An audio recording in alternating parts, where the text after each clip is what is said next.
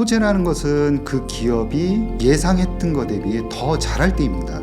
예상되는 것은 지금 주가에 다 반영이 되어 있는 거죠. 우리가 루닛에게 무엇을 생각하고 있는 거죠? 지금 루닛 인사이트에서는 해외에서 매출 잘 일으킬 것이다 라는 것은 지금 주가에 거의 대부분 반영이 되어 있습니다.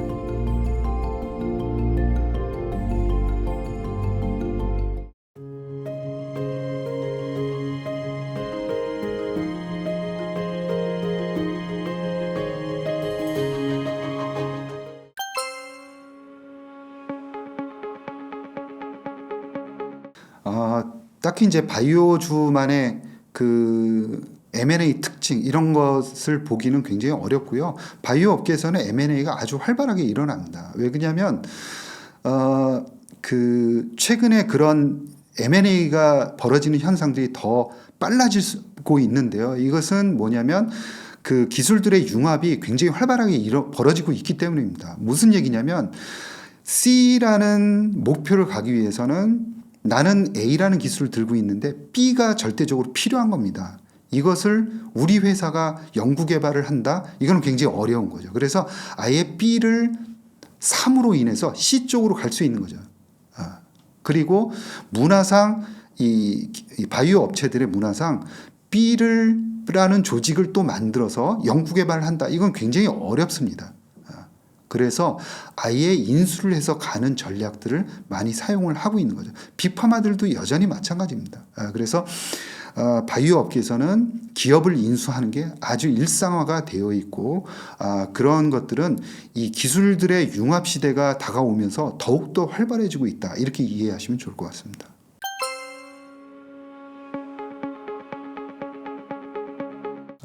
기업이라는 것은 호재라는 것은 그 기업이 예상했던 것 대비 더 잘할 때입니다. 예상되는 것은 지금 주가에 다 반영이 되어 있는 거죠. 우리가 루닛에게 무엇을 생각하고 있는 거죠? 그것은 무엇이냐면 지금 루닛 인사이트에서는 해외에서 매출 잘 일으킬 것이다 라는 것은 지금 주가에 거의 대부분 반영이 되어 있습니다.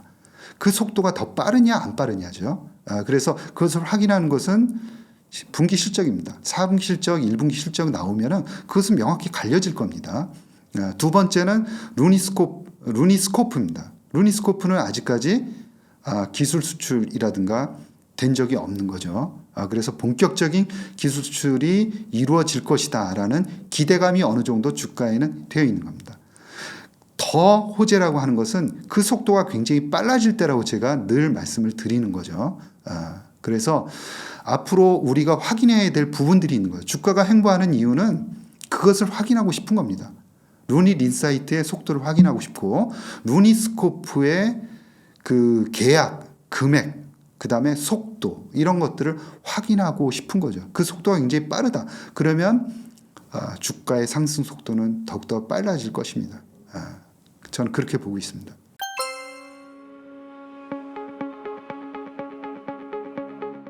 그거는 아마 이렇게 해석을 할 수 있습니다. 그럼 루닛이 어떤 회사냐? 루닛이 어떤 회사냐? 루닛 같은 회사다. 그럼 루닛이 어떤 회사냐? 그러면 그 글로벌 경쟁력을 갖추고 글로벌에서 나가서 당당하게 매출을 올리고 있는 회사다. 이렇게 이제 말씀을 드릴 수가 있겠습니다. 모든 회사들이 그거를 지향을 합니다. 그러나 아직까지 그것을 명확하게 보여준 회사는 그렇게 많지 않다는 거죠. 그리고 할 것이다, 안 할 것이다를 지금 여기 앉아서 예상하는 것은 대단히 어렵습니다. 루닛을 그렇게 좋게 봤던 것은 실제로 그렇게 작지만 매출을 실현을 했기 때문에 우리가 이렇게 루닛에게 열광을 했던 거고요. 제가 말씀드렸던 뭐 시가총액 6천억에서 뭐 3조까지 가는 그런 놀라운 퍼포먼스를 보였던 거죠. 그러면 거꾸로 돌아와 보면은 그러면 글로벌 경쟁력을 갖추었는데도 불구하고 아직까지 그 경쟁력에 대해서 그다지 그렇게 그 업계에서 인정을 하고 있지 않은 업체들은 어느 업체냐라고 질문을 바꿔서 해볼 수 있을 것 같습니다. 저는 레고캠 바이오 같은 경우가 그런 경우다라는 거죠. 시가총액은 벌써 1조 6천억 정도 와 있습니다. 그러면 무엇을 기대해야 되느냐? 1조 5천억짜리가 20조 원이 갈 수 있느냐 하는 게임을 지금부터는 봐야 한다라고 생각을 하는 거죠. 금리는 조금씩 떨어지고 있습니다. 앞으로 떨어질 거라고 생각을 합니다. 그리고 우리나라 업체들의 현황을 똑바로 직시를 해야 된다라고 저는 생각을 하는 거죠. 그래서 현재는 뭐냐면 코로나 이전에서는 고등학생이었다라고 생각을 합니다. 임상 1상, 임상 2상 단계밖에는 없었어요. 그리고 2상 단계도 굉장히 드물었죠. 근데 지금 현실은 어떻습니까? 지금 레고캠 바이오 같은 경우에도 임상 3상을 중국에서 하고 있습니다. 그래서 내년이면은 약이 나와서 팔릴 가능성이 대단히 높은 회사죠.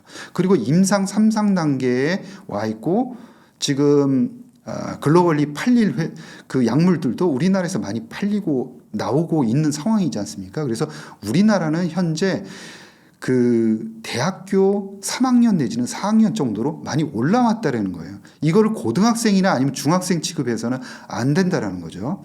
그래서 앞으로는 사회에 나가서 제대로 돈을 벌 수 있는 회사들이 중요하다. 레고캠 바이오 기준으로 봐서는 여러분들이 어떤 생각을 하셔야 되냐면 레고캠 바이오가 향후에 신약을 3개에서 4개 정도를 낼 수 있는 그런 회사냐. 이러면은 시가총액은 20조 원이 넘어가게 됩니다. 제가 보기에는 충분히 그럴 가능성이 있다는 거죠. 그리고 현재 그것을 입증하지 못한 회사들은 가능성이 굉장히 떨어질 것이다라는 거예요. 그러니까 AI 관련한 회사들도 지금 우리나라에서 많이 나오고는 있지만 그 싹을 분명히 작지만 보여줘야 된다는 거예요. 고등학생이면은 고등학생일 때 그런 모습을 고등학생으로서 보여줘야 된다는 거죠. 그래서 레고캠 바이오 같은 경우에는 임상 초기 단계이긴 하지만 충분히 경쟁 회사들, 이 회사들 레고캠 바이오보다 훨씬 앞서가고 있는 뭐 다이치 상교라든가 시젠이라든가 이뮤노젠 이런 회사들보다도 잘할 수 있다라는 그런 임상 데이터를 초기 단계에서 보여준 거죠. 그래서 향후에는 그 베스트 원 그런 클래스 그 신약 물질들을 향후에 많이 만들어낼 수 있고 향후에 신약을 3개 내지 4개를 확보하면서 시가총액 20조 원, 30조 원의 빅 바이오텍으로 충분히 성장할 수 있는 회사다. 그렇게 생각을 하고 있는 거고요.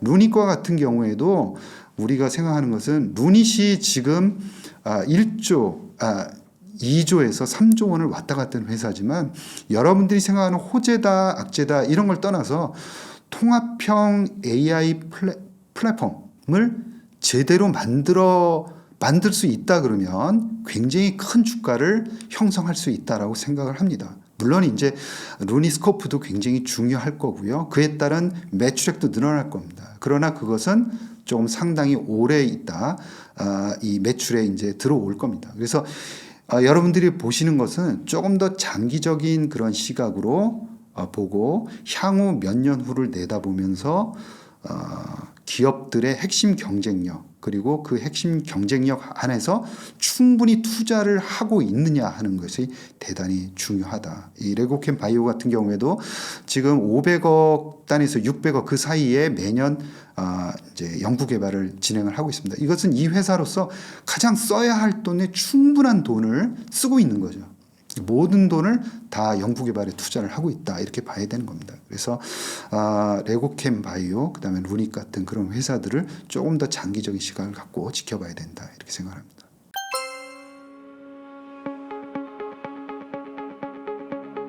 유전자 편집 치료제에 대해서는 여러분들이 관심을 굉장히 많이 가지셔야 된다는 거죠.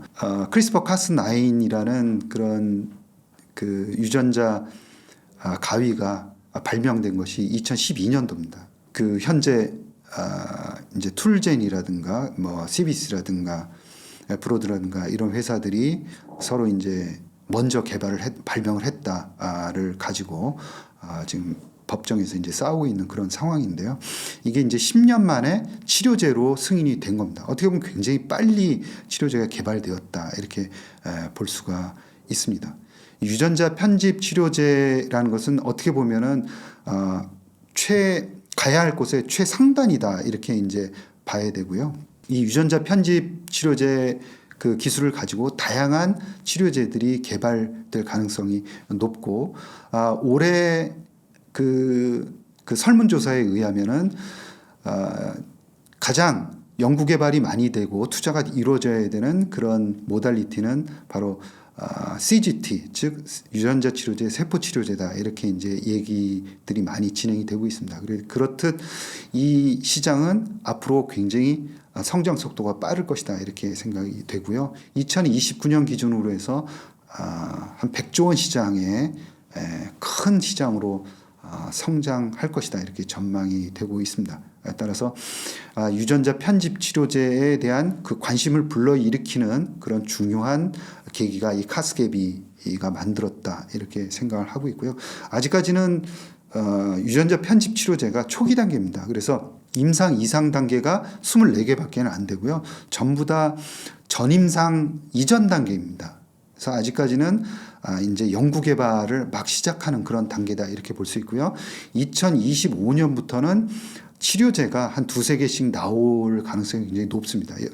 올해에도 인비보, 즉 그 환자에다가 유전자 치료제를 직접 투여하는, 기존의 카스게비 같은 경우는 엑스비보입니다. 혈액을 뽑아서 유전자 조작을 하고 증폭시켜서 다시 이제 환자의 몸에 넣는 그런 치료제가 있는데요. 이거는 직접 인비보라는 것은 그 유전자 치료제를 직접 그 전달체에 싸서 환자 몸속에 투여하는 그런 임상 3상이 올해 1분기에 시작이 됩니다.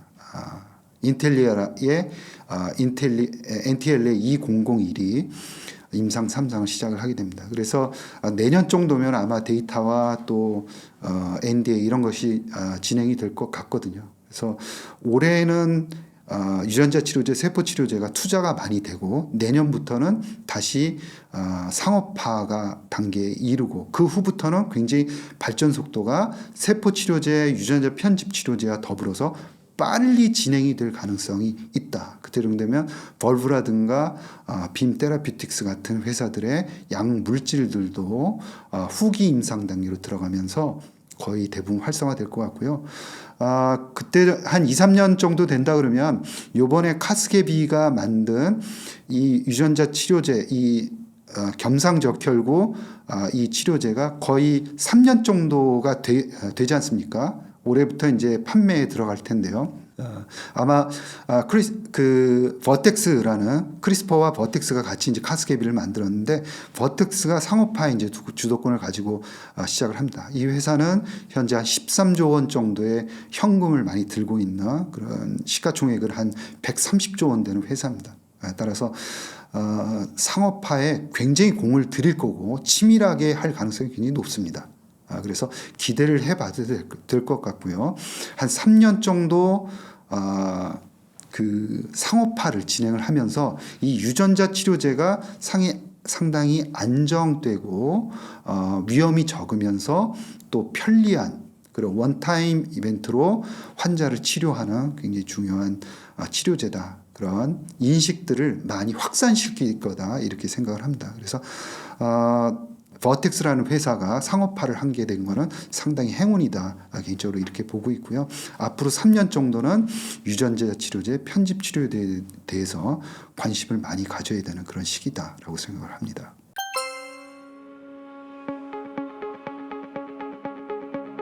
이 비만 치료제는 향후의 장기 성장 그 테마다, 이렇게 개인적으로 보고 있습니다. 워낙 이제 비만 인구, 그 다음에 비만 잠재력을 가진 사람들이 많고, 그다음 관심도 높습니다. 그리고 이 시장 자체가 성장하는 속도가 굉장히 빠르고, 그 다음에 비만이 또 그 질환, 다른 질환들, 그 다음에 노화와 연관되어 있다라는 그런 연구들이 속속들이 이제 밝혀지면서 이 시장 자체가 굉장히 활발하게 커져가고 있습니다. 또 한 가지는 이 GLP-1 관련한 약물인데요. 이게 위고비 같은 아주 히트를 친 비만 치료제로 개발이 되었습니다. 그런데 이 GLP-1 약물이 비만 치료제뿐만이 아니라 심장 치료제라든가 아니면 마취 같은 간 질환 치료제, 그 다음에 신장 치료제, 그리고 또 정신질환, 그 다음에 심지어는 또 퇴행성 뇌질환 같은 다양한 질환의 연구 개발이 진행이 되고 있습니다. 이런 질환들의 시장 크기가 너무 큰데 이런 질환들로 적응증을 자꾸 확대해 나가는 거죠. 그러다 보니까 최근에는 머크 같은 회사들도 GLP-1 약물은 아직까지는 뭐 비만 치료제로 본격적으로 개발하거나 그런 언급을 하지 않았었는데 이번 학회를 통해서 본격적으로 언급을 하고 있습니다. 그래서 관심이 있다, 머크도. 그래서 이 비만 치료제 한계라면 모르겠는데 향후에 이런 큰 질환들로 자꾸 이 GLP-1 약물들이 확산해 나가다 보니까 이게 견딜 수가 없는 거죠. 그래서 우리도 본격적으로 진입을 하겠다 이런 의지를 밝힌 거고요. 여기서는 한미약품의 GLP-1 약물을 지금 임상 2상으로 해서 마시를 정증으로 해서 개발하고 있는데 이 약물질이 비만에도 치료 효과를 보이고 있습니다. 따라서 다양한 적응증으로 향후에 이제 개발해 나갈 가능성이 크다라는 점이죠. 그래서 이 비만 치료제는 비만 치료제뿐만이 아니라 다양한 적응증으로 확산해 나간다. 이 특징이 하나 있고요. 이 GLP-1 약물들은 또 한 가지 시장이 확대되는 게 부작용이 몇 가지 있습니다. 그 중에 이제 그 GLP-1 약물을 먹게 되면은 근육이 빠지는 근손실, 그 다음에 이 약물을 끊었을 때 다시 살이 찌는 요요 현상, 이런 증상들을 완화하는 그런 차세대 물질들을 개발하는 숙제가 남아 있는 거죠.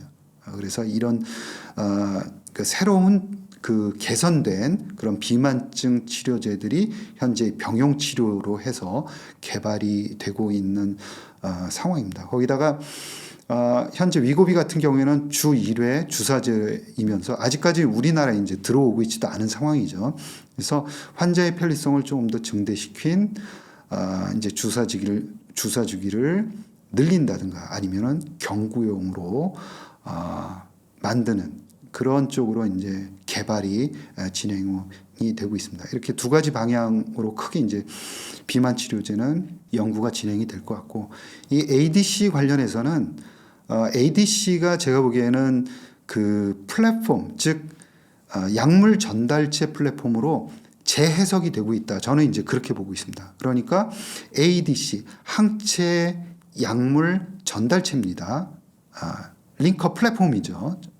그런데 이 항체에 링커를 붙여가지고 자기가 이 약물을 보내고 싶은 곳으로 보낼 수 있는 이 전달체로 재해석하고 있다. 저는 그렇게 보고 있는 거죠.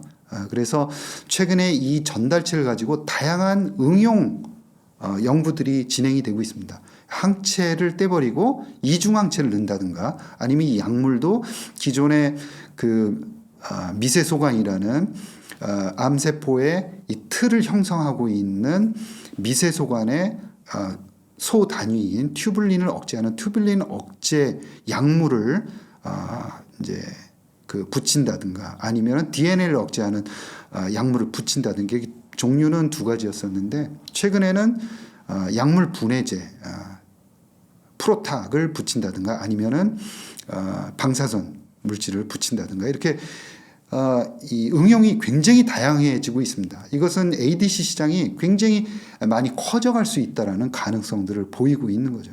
그래서 약물 전단체로 그 ADC를 하나의 그냥 모달리티로 보면은 확장성이 그다지 높진 않은데 전달체 DDS 즉 약물 전달체 시스템으로 보는 순간 다양한 응용이 일어나고 있고 그런 응용이 일어나면서 시장이 굉장히 커져가고 있다라는 것을 우리가 볼 수가 있고요. 이것은 ADC 규모가 커져감에 따라서 삼성바이오로직스와 같은 회사들 즉 향후에 이 ADC가 커져가면 이 CMO 회사들에게도 큰 혜택이 들어갈 수 있거든요.